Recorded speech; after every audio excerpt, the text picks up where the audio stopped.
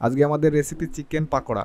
তো চলুন দেখে নেওয়া যাক কীভাবে আমরা চিকেন পাকোড়া বাড়িতে রেডি করতে পারবো। তো প্রথমে আমরা মাংসগুলো ছোটো ছোটো করে পিস পিস করে নেবো। পাকোড়ার যে সাইজটা হয় ছোটো ছোটো করে পিস পিস করে মাংসটা সুন্দর করে কেটে নেব। আমাদের কাটা হয়ে গেলে এর ভিতরে সামান্য পরিমাণ আমরা নুনটা মিশিয়ে নেব এবং সাথে অন্য অন্য যে মশলা আছে তার আগে আমরা একটু লেবুটা মিশিয়ে নেব। আমাদের পকোড়া তৈরি করতে বাড়িতে কোনোই অসুবিধা হবে না, কোনোই ঝামেলা হবে না। বাড়িতে একদম অল্প সময়ের মধ্যে আমরা আদার যে পেস্টটা সেটা মিশিয়ে নিলাম, ধনে পাতাটা মিশিয়ে নিলাম,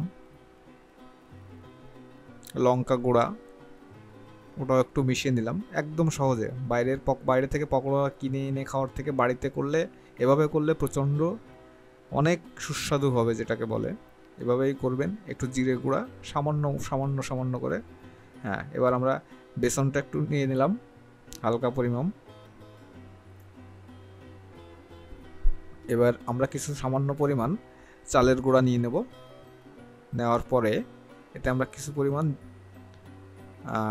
অয়েল মিশিয়ে নেব যাতে এটা মেশাতে খুব সুন্দর হয়। মানে এটা আমার মিক্সিংটা ম্যারিনেটটা করতে আমাদের অনেক সুবিধা হয়। আমরা ম্যারিনেটটা করে নেব। ম্যারিনেট করার পরে আমরা হালকা পরিমাণ জল মিশিয়ে নেব এতে, একদম সামান্য পরিমাণ জল মিশিয়ে একদম ম্যারিনেটটা সুন্দর করে করলাম। দেখুন আমাদের কত সুন্দর হয়েছে, আমাদের একদম সুন্দর হয়েছে। আমাদের তেলটাও ফ্রাই হয়েছে। এবার আমরা ফ্রাই তেলে ওই মাংসগুলো আস্তে আস্তে করে ছেড়ে দেবো। আমাদের ফ্রাই হতে যতটা সময় লাগবে, ব্যাস আমাদের পকোড়া একদম সিম্পলি রেডি। বাড়িতেই একদম একদম সহজভাবে আপনি তৈরি করে নিতে পারেন বাড়িতেই পকোড়া, কোনো ঝামেলা নেই। এবং এইগুলো যখন একটু কালারটা একটু গোল্ডেন হবে, একদম ভাজা ভাজা হবে, তখন আমরা কড়াই থেকে নামিয়ে নেব। আমাদের পকোড়া রেডি হয়ে গেছে।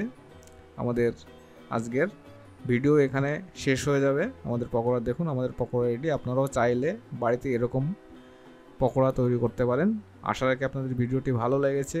অবশ্যই আমাদের কমেন্ট করে জানিয়ে দিন এবং আমাদের পাশে থাকুন। অবশ্যই আমাদের সাবস্ক্রাইব এবং লাইক করুন। আজকে এ পর্যন্তই। টাটা।